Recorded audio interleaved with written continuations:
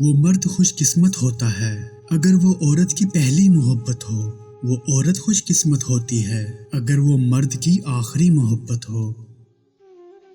عورت کا بھروسہ جیت کر اس کا دل توڑنے والا انسان مرد کہلانے کے قابل نہیں ہے۔ کسی سے خاموش محبت کرنا کوئی بڑی بات نہیں، مگر کسی سے محبت کر کے اسے بتا کر ایک طرفہ محبت کرنا کمال ہے۔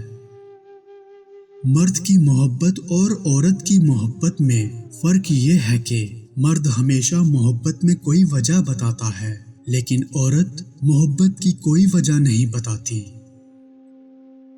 جب مرد کسی پرکشش عورت کو دیکھتا ہے تو وہ سیکس کے بارے میں تصور کرتا ہے، جب عورت ایک پرکشش مرد کو دیکھتی ہے تو وہ رشتے کے بارے میں تصور کرتی ہے۔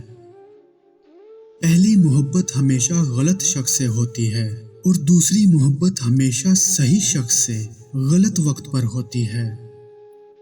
عورت پیار کو محسوس کرنا چاہتی ہے اور مرد کو ضرورت ہوتی ہے بس محسوس کرنے کی۔ مرد اس عورت سے محبت کرنا سیکھتا ہے جس کی طرف وہ راغب ہوتا ہے، عورت اس مرد کی طرف راغب ہوتی ہے جس سے وہ محبت کرتی ہے۔ ہوشیار مرد وہ ہوتا ہے جسے ہمیشہ عورت کی سالگرہ یاد رہتی ہے لیکن اس کی عمر کبھی یاد نہیں رہتی۔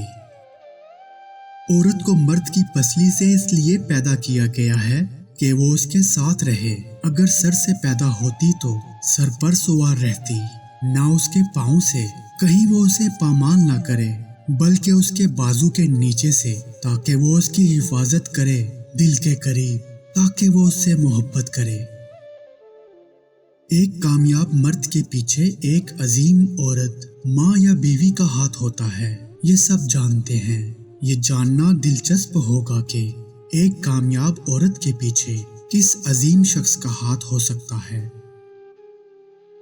عورت کی سب سے قیمتی چیز اس کا چاہے جانے کا احساس یا خواہش ہے، وہ سب کچھ سہ لینے کا جگر رکھتی ہے، مگر کوئی اس کی محبت یا وفا کو نظر انداز کرتے، یہ اس کی برداشت سے باہر ہو جاتا ہے۔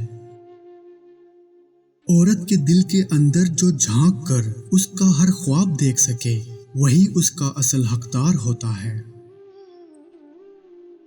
عورت ہمیشہ اس مرد پر جان نچھاور کر دیتی ہے جو عورت کو عزت دیتا ہے۔